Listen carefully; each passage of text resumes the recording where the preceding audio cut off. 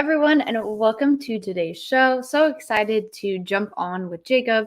He's going to talk about a couple of different projects that he's actually the founder for. But before we get into that, I am going to show you a video.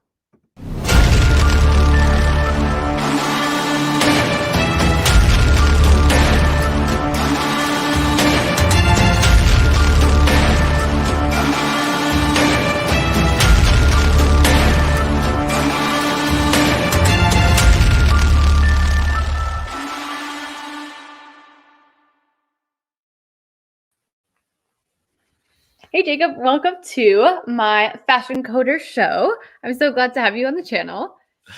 Thank you very much, Rachel. Thank you for inviting me on. I'm looking forward to a little bit of time here with you. Absolutely, this is going to be great.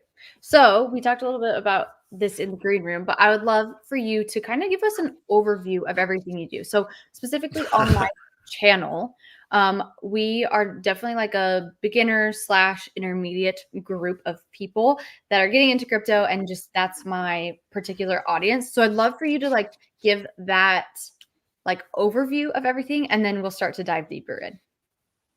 Okay, sure. So we are a group of people with roughly 15 years of software development experience per person. We are 6 people full-time working on developing protocols for Pulsechain. So it's fair to say that we have gone all in on Pulsechain as a development group. I am the leader and the manager of this group. And we are basically spending every single waking minute of our time on building protocols for Pulsechain that users would like to utilize, because what makes a layer 1 successful is a lot of activity. So, all of the users on Pulsechain, they need stuff to do. And we are actively looking to provide people with stuff to do. So far we have built a lot of different projects, actually, both temporary utility projects such as the faucet, such as the IOU service. But we have also built some more longer lasting projects such as TYRH, the #1 meme coin on Pulsechain that burned most RH coins. And then we have built a PulsePod protocol, which is the first in the world fully decentralized gambling protocol, which also Rachel has done a quick review of some years back. Yeah. And then we have most recently announced our attempt at the true panacea of stablecoins. We want to make a serious attempt at building a algorithmic stablecoin on Pulsechain. So it's fair to say that we have our hands full. We are actively developing in many different areas, both in inflationary yields. We are in gambling protocols. We are in algo stable coins. We are in utility faucets. You name it, we have probably been there.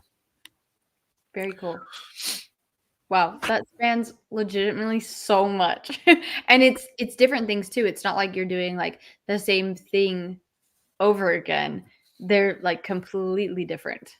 So Yes, that that's true. And that is also one of the core ideas of our development team. It is that we don't fork anything.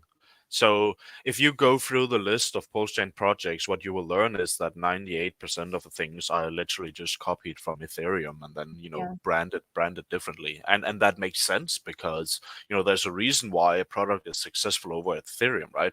Because it works, right? So it also makes sense to bring that over to Pulsechain because it would also work here. But for me as a developer with 15 years experience, I really don't get that kind of satisfaction in my work from just copying things. So we very early on we decided that we would want to be a team who solely builds new innovative stuff. And sometimes that comes with a lot of risk, and sometimes it takes a lot of attempts before you even build something that's relevant, right? Yeah. But for us as developers, we knew that for it to be professionally giving, to feel like you are doing something significant, we wanted to build something that is unique only to Pulsechain. We don't want to, or in said another way, we believe that the effect and the adoption ability for Pulsechain is significantly higher if you build something that doesn't exist anywhere else, because then it's more exciting for users to see it and try out, right? So that's the mantra of our development team, I would say. That's awesome. So you're a founder, but you're also one of the developers. Is that correct? Yes, it is. It's not anymore, but early on I was, yeah. So simply because we have grown into such kind of a large operation, I don't have time to actively develop anymore. Makes sense. But early on I was, surely. But now I am more just, in and out of meetings, making decisions, making the final numbers, direction, strategy, marketing, all those kind of things. More overall strategy and execution, and then obviously all that's inside of the finances and making everything work right. We have people who needs to get paid, so I am more moved back into a management position, and I don't really have time to code anymore. But I obviously oversee every single thing. So, and that is how it should be. At some point you have to um, basically to make the project or the team's ability to produce more. You have to step out of it yourself, right, and give the responsibility on to someone else. Yeah, that's cool. It's neat to hear just kind of that story of yours of that you were a software developer and that just like helps you probably so much in what you do because you have all of that background and then you can bring that knowledge. But then also you're the like product slash business side of it as well. And so it all ends up working out with that. Yeah, actually, in before I came to crypto, I was running a web development company here in Denmark, Okay. and we had north of 100 clients. So during that kind of phase, you really learn how to interact with customers and users, but also you learn to read their needs. You learn to kind of deliver a product. You learn how to combine all of the dots that makes a successful delivery, and you learn so much more around the entire thing than just writing the logic in the code, right? Because there's actually so much more to it.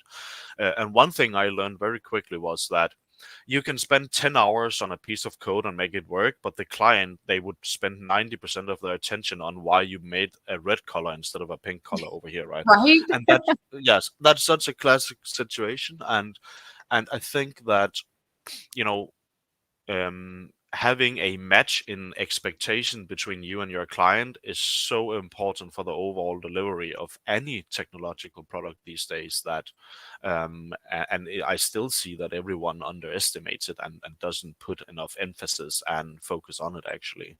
But surely going through that process of having 100 real life company clients wanting a app or a website or a web shop or whatever technological product it might be, it gives you some experience in how to manage the process of going from zero and pen and paper and then going to deploying a product that is maybe supervising cargo ships arriving to a harbor, right? We build Hmm. some APIs for that once in a while. But so I think that it's such a natural development for especially me that I went from coding the products myself to now I am basically a full-time manager, and that's all. I don't code anything anymore, basically. That's awesome. I've actually a very similar experience in my own career too. I was a software developer. Now I work on more of the business side, and it really helps, which is it's great. Okay, let's look at the chat. So let's see. Point Blake says we love PulsePot. Hex Glenn says, "Hey guys, what's up? Wealthy is here. Good to see you." Let's see. Elvis says, I'm really excited about the PUSD algo ecosystem. I think it's going to be the greatest onboarding told on Pulse just because it's a perfect algorithm stablecoin. Love it. We have Colt DeFi. Pulse P has a future of a 3-figure token. Then we have a question from Old School Chemistry. Jacob is clearly passionate and holds a conviction about his projects. Why did he choose Pulse Chain over the other ecosystems? That's a good question. That's actually a good question, yeah. So why did I choose that? Yeah. So I think the truth here is that I was following Richard Hart prior to Hex, and I invested in Hex obviously because of him, and I did really well as most of the day one or OGs did. And when he announced that he would make an EVM fork, I immediately knew that this would mean the world of opportunity for someone like me, Cool. because when you are already in his ecosystem, that was Hex at that point, solely Hex, right? Hmm. You had a profile in the ecosystem, and then you combine that with the skills that I had at that time. I just knew that there was an opportunity here for me to bring value. And not only that, I also realized that with this empty EVM chain, we would have extremely low gas fees. So we would actually be able to build a dApp that had a high frequency activity in transactions, and that is something that is not really possible on Ethereum. And that's why you see all of those go to L2s like Arbitrum, right?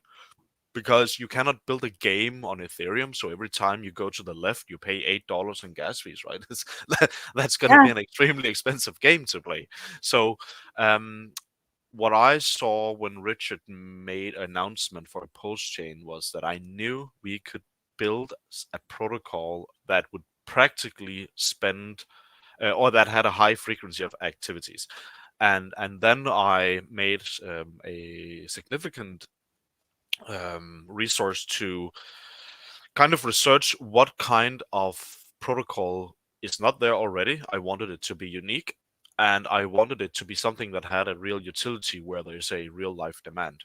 And what I landed on was actually gambling. So I truly believe that blockchain is a perfect, appliance for gambling. It is the solution for all of the bad things in gambling. And I slowly realized that during the development of the products, because it's just so good. You can remove all of the bad things from gambling, where there's, do you have fairness in the games and the outcomes? Who Mhm. has the money? If you win big, can you even withdraw? Or all of these things, right? Where you can read books and pages about people who have been um, withheld their money, and all sorts of stuff. So I just knew that there would be a great opportunity to deliver a product here that basically solve these things for people. And obviously it helps that you have a gambling segment, even though that it splits the waters, right? It's a sensitive topic. Some hate it, some love it, and some are in the middle in between. Mhm. But when you sit down and look at the numbers, what you will realize is that it's just ever growing, right? The numbers, they don't lie. And this is adult people who are making a adult decision to apparently play games with their money. I am not to be the judge of if that's good or bad, the same way that I'm not the judge of eating McDonald's or smoking or drinking Coca-Cola. Yeah. I think that it's important that a adult can make their own decisions. And the numbers don't lie. We have, I think, hundreds of billions in gambling volume, and it's ever increasing metric. So we know that the demand for the product I'm building, we know the demand is there, right? Um, so I think that we decided to target a really interesting area where not only will the utility bring a lot of value to the gambling market, but also it's a growing market, and we decided to combine it with the low gas fees on post chain, so it's actually possible. It can actually happen, because on many other chains it's simply not possible. So I guess, without getting too far off track here, I guess that the reason why I decided post chain was, namely, one, that I had a good position in the Richard Hart Hex ecosystem already, and I had made some funds on that entire experience. And the low gas cost part was very intriguing. Yeah. Nice. Well, that's awesome. So you just saw the opportunity and you jumped at it and never looked back, it seems like. Well, true. When you find success in building something, and you find success in delivering, and you see that the people who support you, that they are happy about your decision making and what you do, and how you act, then it gives you confidence to do more, right? And I think that's the natural effect of what has happened here, because we have had great success in actually doing multiple things. And I know that our team is one of the teams that has provided by far the most transactions on Pulsechain, actually. So that we are very proud of. At one point, we were, almost 10% of all transactions on Pulsechain. So um, yeah, Yeah. definitely trying to bring some unique and some different angle to development on Pulsechain. That's kind of what we wanted to be known for. Yeah. Yeah. And it sounds like you benefit from being on Pulse Chain because of the low gas fees, that it actually makes it doable. But then Pulse Chain also benefits from you because it's a specialty token that's only on Pulse Chain. And so it's like a Yes. very mutual thing. Yes, absolutely. This couldn't be built in a place where every transaction is expensive, because then nobody would want to. You're basically operating a gambling protocol on very low margins, right? So if you have let's say in lottery, if you put in $100, you on average get back $60, right? So we call that a return to player percentage. It's called RTP, and the lottery is the lowest one. It has 60 RTP, right? But the competitive games like video slot machines nowadays, they are actually getting close to 98, 99 in RTP. Wow. Yeah, which means that at this point it basically becomes entertainment, right? Because if you spend 100 and on average you get 99 back, then Yeah. then it's getting close to just being entertainment. So how do you provide a market competitive game on the RTP? Because if we deployed this in Ethereum, if you had to take $10 for a fee, then you're already way out of your RTP. So this could simply not even be done on something like Ethereum. So we knew that we had to find a product that could utilize the fact that we had almost free transactions, and this is the result of that for sure. Yeah. That's awesome. So cool. So where I live, gambling is not legal in the particular state that I live in, and so you can't gamble. So my first experience actually with gambling was on PulseSpot, which is so funny. So yeah, Don't incriminate yourself now, I Rachel. know, right? Well, and that's the thing is it was on testnet. So and Okay, I was fair really enough, bad, right? fair 'Cause enough. yeah, Yeah. don't worry.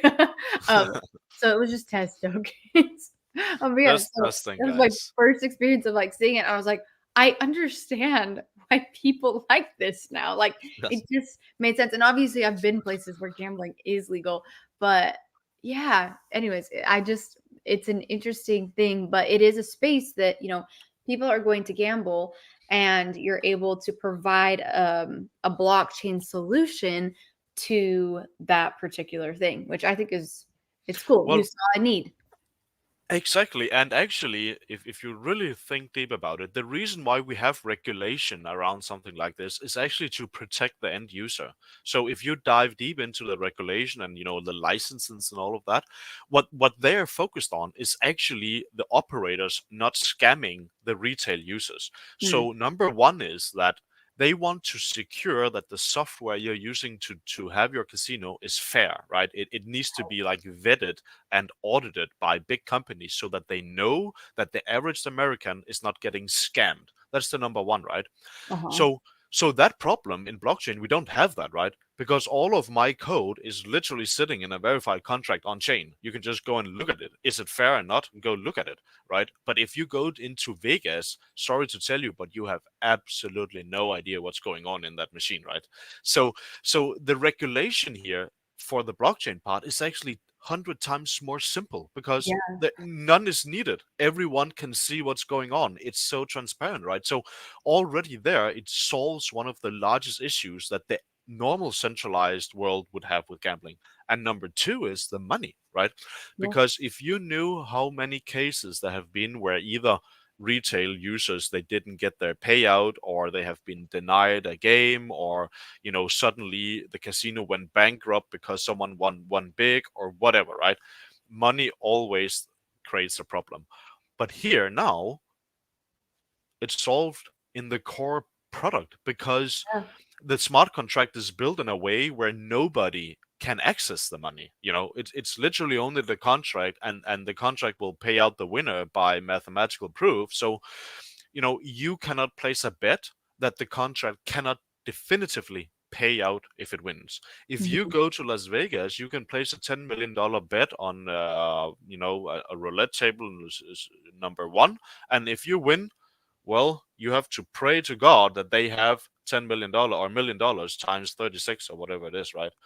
Because they can actually accept games where they are not even liquid if they lose, right? They will become insolvent, basically.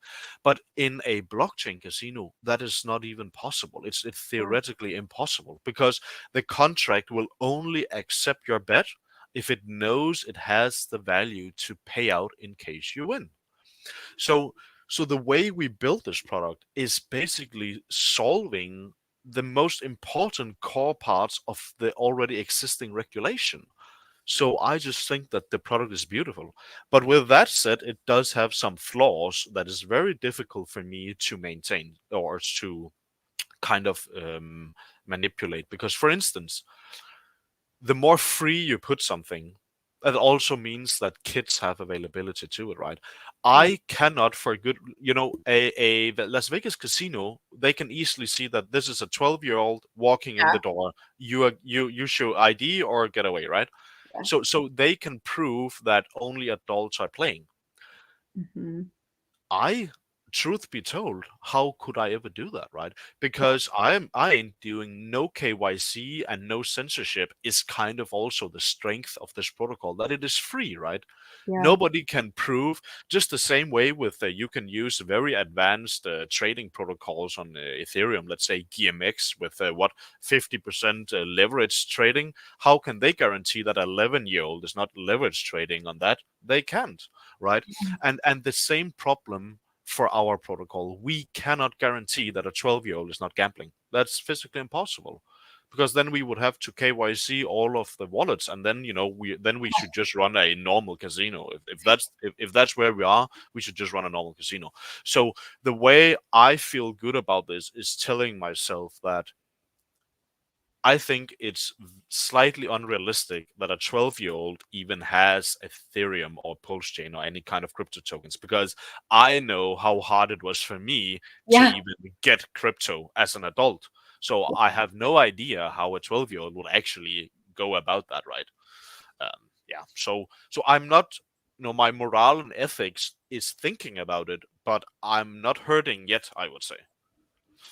Yeah. So there's other issues that you deal with that aren't like the typical issues that you would deal with if it wasn't on the blockchain. And that's okay. Like at least you're aware of that. And um yeah, the thing about how would a 12-year-old even figure that out? How and it's not even just like it's on an exchange. Like they'd have to move money from an exchange to their wallet to be able to then go on Pulse Chain and change the Pulse Chain. Like it's such a process, right? Yeah, it seems so unrealistic that a 12-year-old, because no matter what, they would need a credit card to unramp from Yeah. fiat or whatever, right? And you don't even have that. So it must have been like gifted through a, I don't know, Christmas gift or some from a bigger brother or whatever, right? Yeah. That could potentially be a scenario.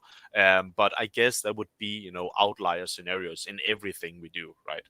And it's it's also, from another angle, it's also quite interesting because the regulation around gambling is obviously very strict, but when you consider what pulsepot really is, it makes everything so crazy to think about, because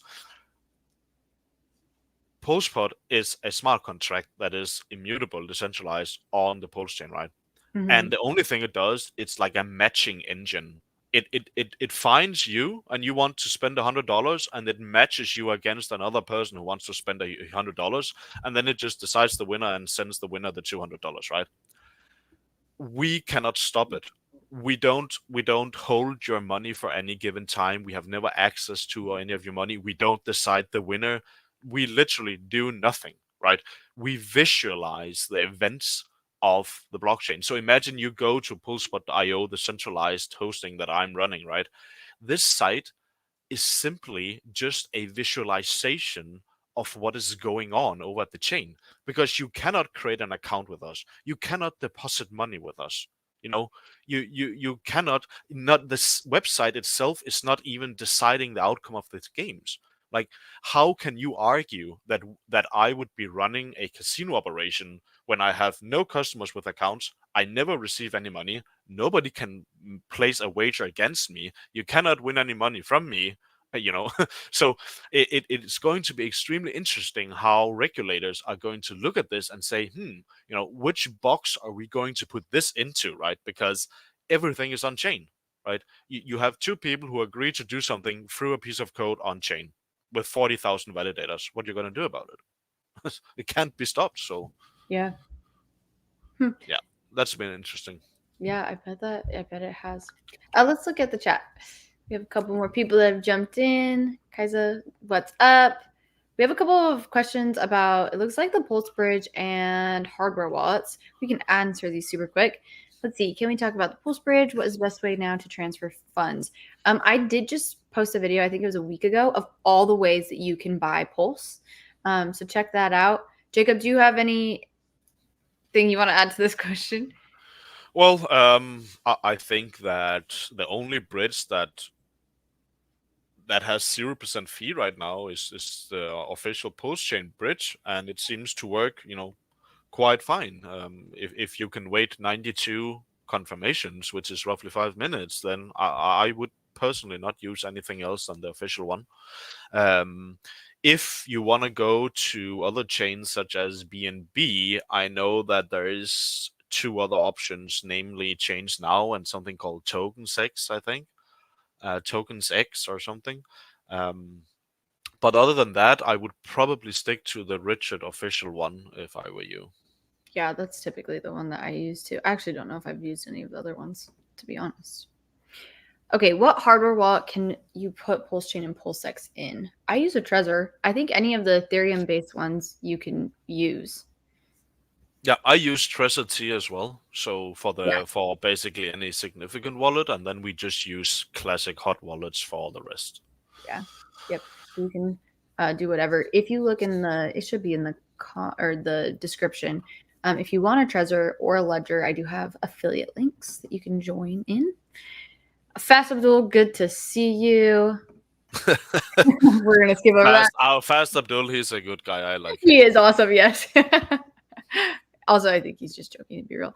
Okay, love everything Jacob builds, TYRH, Pulse Pop, PUSD, and ALGO, innovative quality products. Absolutely. True. Let's see, Elvis. Okay. Could Jacob help us know the conditions required to be a stability miner provider? Okay, so this is the PUSD area we are jumping into now. Okay. And this question here, the conditions required to be a stability miner. Well, there is no real condition except you need to have some capital, because starting a stability miner is what is protecting the sales orders on the PUSD stablecoin so that the peg can be maintained. And the more capital we have to buy up the peg if needed, the better. There's no requirements to start or no conditions required to start a stability miner. Okay, that's awesome. Great. Kay Hudson, let's go. Win sports betting on PulsePot. Yeah, that's a good one. So obviously, what we want to do is provide the games that the users want to play. That is our core main focus, right? And sports betting seems to be something that many people are into because you have somewhat of an influence over your win or loss yourself, rather than just pulling the slot machine, where you have no influence. In sports betting, you kind of have an influence, or at least it seems like it. So this is something that is very widely asked for. But the problem with sports betting is that you're taking something from the outside world and you're trying to put it on the blockchain. And that is actually very difficult to do in a proper manner without no one exploiting it. So when we're just building regular casino games, we have codes that can generate random numbers on the chain. But it's kind of different from knowing what sports team won with what result or whatever, right? Actually, the sports providers are just starting to come online now for Ethereum. They are still very limited over at BNB. I think we only have one active supplier of spot result on BNB. So when you think about it, if you take results from one provider, then it might as well just have been a database operated by one person. Who cares, right? So, um, but what we really need is we need multiple providers reporting the same result, so that we know it's kind of a decentralized reporting tool, that so we can rely on that result, right? Mhm. But over at Postchain, because it's so infant and young, we don't have any oracles, and Fetch is not available for anyone. Fetch is only available for liquid loans, and they only have the Postchain price currently. Oh, Which, yeah, so I have had meetings with the liquid loans management team, and they told me that 3 to 6 months they expect that we can have everything up and running, so that the other community, other actors in the community, they can hook on to this oracle, nice. because that is a necessity for a lot of protocols. If you Yep. look at Ethereum, Chainlink is really, really, really a good tool for smart contract developers. You both have, decentralized price feeds, but also you have the VRF, you have the random number generator, but also you have the automation systems, and they're just building. You have the CCIP, the cross-chain messaging system. I think Chainlink is probably one of the best products after Uniswap in the entire crypto. But yeah, that's for another day. But Fetch is not available yet on Pulsechain, so we cannot do it, right? We simply, our hands are tied behind our backs. So the only thing we can do is we can build games that are not dependent on an oracle, Okay. and that is also possible. So we are building some. We have our jackpot game running, and we're building a coin flip game now, and then we are building a Plingo game, and then we have all sorts of games coming up. But the roulette game is dependent on the oracle. So the release schedule of these features of our protocol are very dictated by another protocol, and I don't like that, but that's just the reality, right? Yep, absolutely. Is I heard that Teller was going to be an oracle that was going to be on Pulse Chain, but it sounds like that's not true. No, Fetch is Is that the Teller. same thing? Yeah, Oh, yeah, renamed to that, right? yeah. The good Okay. old fork and rebrand. Okay, there we go. Yeah. Surprise, surprise. I should have guessed that. Yeah, Love it. Okay, let's see. Let's continue down. I'd love to know the projects that are upcoming. I'd love to know the projects that are coming up Yep. from. Well, in from my side, we have one project coming up soon on BNB chain. It's called TYCC, and then we have one project coming up on Pulse chain that is called PUSDxALGO. And at this point in time, I'm not really looking into creating more projects, honestly, because I think we have reached like maximum capacity of what seems natural for one person to manage. Yeah, so. But Gotcha. honestly, I pass up new ideas on a daily basis. If you knew how many very clever entrepreneurial people who contact me on a daily basis who say, Jacob, I would like you to build my product because I have the greatest idea and I know that you are capable of doing it. And yes, that's very true. I probably am. But you know, we only have 24 hours, right? So Yeah. I have to really prioritize them at this point. And getting good ideas in your inbox every day is actually almost challenging not to I bite. I Yes, it want to is do actually. that. Yeah. Oh, okay, cool. Let's see. Will the website be uplifted a bit with the Web 3.0 look and feel? Right now it's slick, yet it could be more fancy like a style of PulseX. Sorry, did you just say that PulseX was more fancy?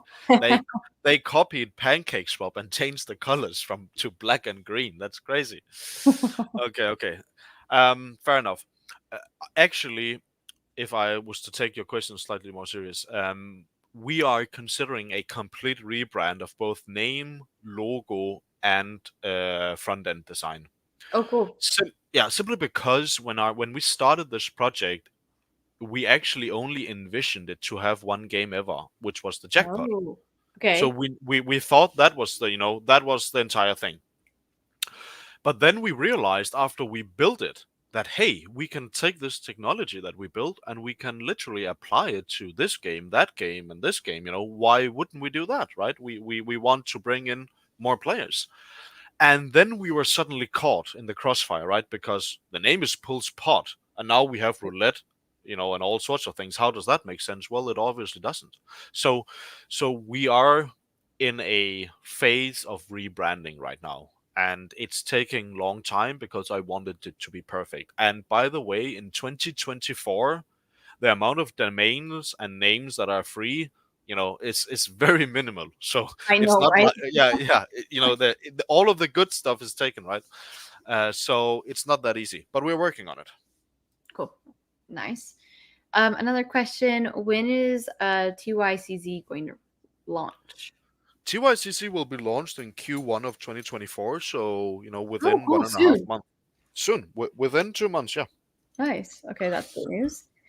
Okay, Flat Earth Underground. Hey, Jacob, I haven't seen my PulsePot airdrop on Pulse Chain. What could be the issue?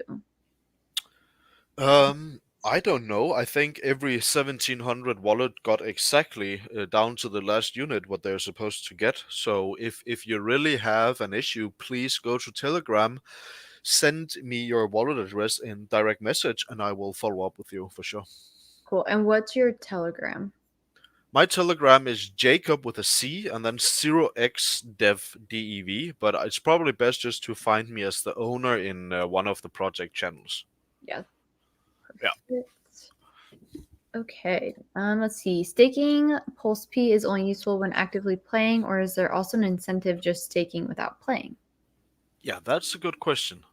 So it's partially correct that staking PLSP is only useful when you're actively playing, and the reason for that is that we have a max capped supply token, means that we have 1 million token supply. When you have that, you can't really pay out inflationary yield, right? So if you stake the token, how can I give you extra tokens when I don't have them, right? Because we Mm. cannot make any more. So there is no inflationary yield in staking for Pulsepot. The only thing you get from staking PLSP is two things. Number one, you get improved circumstances in the game. So for instance, you get a reduced fee or you get a higher rakeback or whatever. But the second thing, and that's probably what Richard he would say, it basically helps you with not paper handing your asset, right? Because as we saw in Hex, right, what was the benefit of locking Hex for 2 years from day one? It was not the extra yield. It was the fact that it protected you from paper handing your own tokens for those 2 years, right? Mm-hmm. And I think it's the same here. But in PLSP, if you stake, you can reduce your winner's fee and you can increase your rakeback.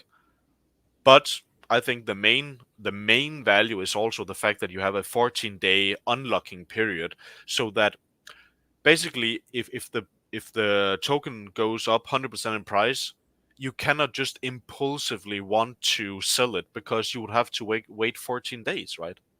Yep. Yeah, so any decision to sell, it needs to be more of a considered action rather than just an impulsive action. And when what we see is that when you have to wait 14 days to do something, then it is indeed a more planned action, right? Instead of just like, I'm bored, what should I swap right now? Yep. That totally makes sense. Cool. Let's see. Terry said this is the biggest thing on Pulse Chain 100%. Yeah, Love it. I agree with you, Terry. I definitely agree. Terry is one of our very appreciated community members. If that is the Terry I know, I guess it is when he's so bullish on Postbot. Yeah. Uh, Just coming out swinging with that statement. I love it. yes. Well, the way that we build Postpod from a tokenomics point of view, I think is super interesting. So basically, that every time a game concludes, the winner is paying a fee, right? So the Yeah. losers they lose their money, the winner pay a fee to basically um, pay back the system. We take 3% as a winner fee. So in this case, if you have $100 weight game and we have a winner, they pay 3%. That's $3 from that one game. Those $3 are 100% of those are spent on buying PLSP from the market and then burning it. So I buy and burn, right? but it's 100% of the casino profit forever, right? So if you just go to the site, for instance, right now, I'll just do it right now and check. So every 3 minutes, there's a game that is ending, and that 3 minutes would have burned a part of the supply.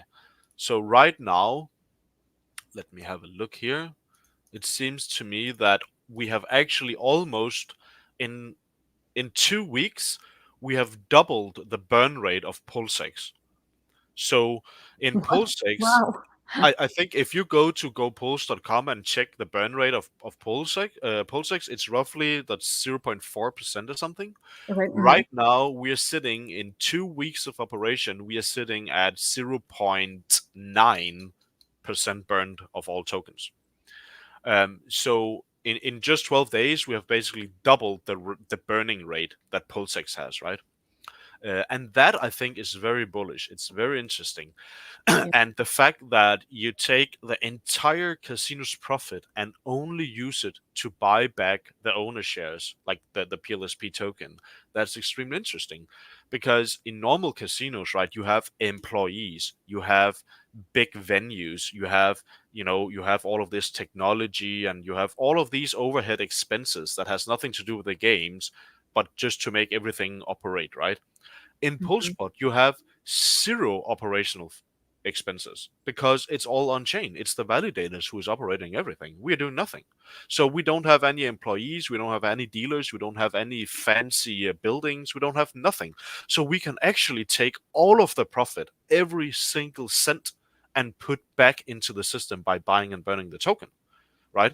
And I Mhm. think that's super interesting. If you look at some of the biggest casino sites today, like stake.com or whatever they are called, if you took all of the volume they had on a daily basis and you tied a million supply token to that, I would guarantee you that that token would be worth more than a Bitcoin right now. It's like no doubt in my mind. That's so interesting. I've never thought of it like that before. Cool. Well, gambling is big. Yeah, yeah, and that's not Hate it something or that love comes it. to my mind, right? Too. Yes, it's crazy, and Yeah. even in Asia, they are going absolutely mental for gambling in Asia. It's so crazy. And for better or worse, it's something that nobody can control it.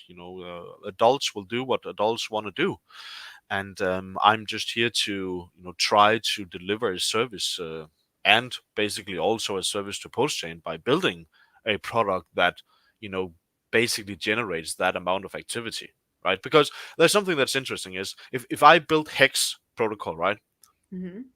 now, I make a 15-year stake. I make one transaction to stake it, and 15 years later I come back to the chain and I make one transaction to claim it, right? Do you think that those validators turn their profit on me? Definitely not. Mhm. you know, why would a validator keep operating on the consensus of the chain? They do that because they earn PLS fees doing so, right? But if all of your products only make two transactions in a 15-year span, sorry to tell you, but there ain't gonna be no chain in 15 years then, okay? Uh-huh. so so what you need in the meantime is products like I build where people are clicking constantly 24/7 because that's what really drives the adoption and all of the fees to the validators. So, yeah. Yeah, there needs to be something in between, which is great. Definitely. You Yeah. cannot build something that requires two actions over a 15-year span. Nobody can live off that. So that's so simple. Yeah. Also, people are probably going to forget. Yeah, true. So there's always that too. Love it. Cool. Well, Jacob, as we wrap up our time, any last words that you want to add about any of the projects that you have going on? Well, maybe I would like to say that I know that there's a lot of people who have started to doubt some of the things I do because they believe that I've spread myself too thin. And I want to tell those people that they're not necessarily straight up wrong. Obviously, the more you do, the more one person do. Well, then yes, you have more to take care of, and that means less time to each, right? Mhm. And in some ways that is correct. That the more you do, the less time and focus I have for each one of them. But at the same time, I will say that everything that I have ever said has come true. I have never said I would do something and then not do it.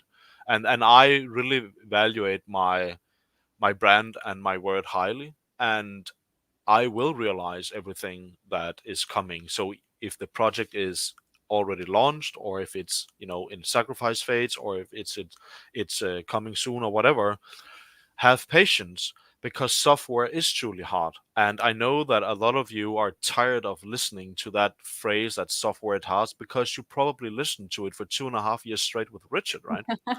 So I understand the exhaustion. I understand that it sucks, but we are truly doing everything we can to make the best product that we can. And please have in mind that you decided to participate on your, completely under your own full decision and nobody else's. So trust that we will deliver and we will do our best. But everything cannot happen completely flawless on time every single time. That is simply not possible in developing innovative technology. Sorry. Yep. That's exactly it. Okay, well, that is great. And I think it's really cool all the things that you do have in the pipeline, because they do add utility to Pulse Chain, and it's really exciting to just see what's going on with that. So, okay, where can people find you in the projects?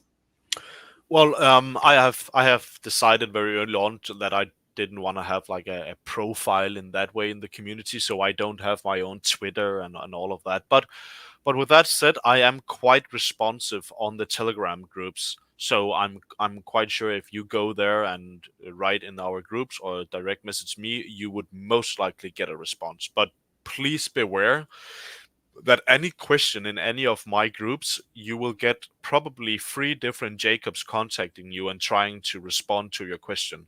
And none of them will be me.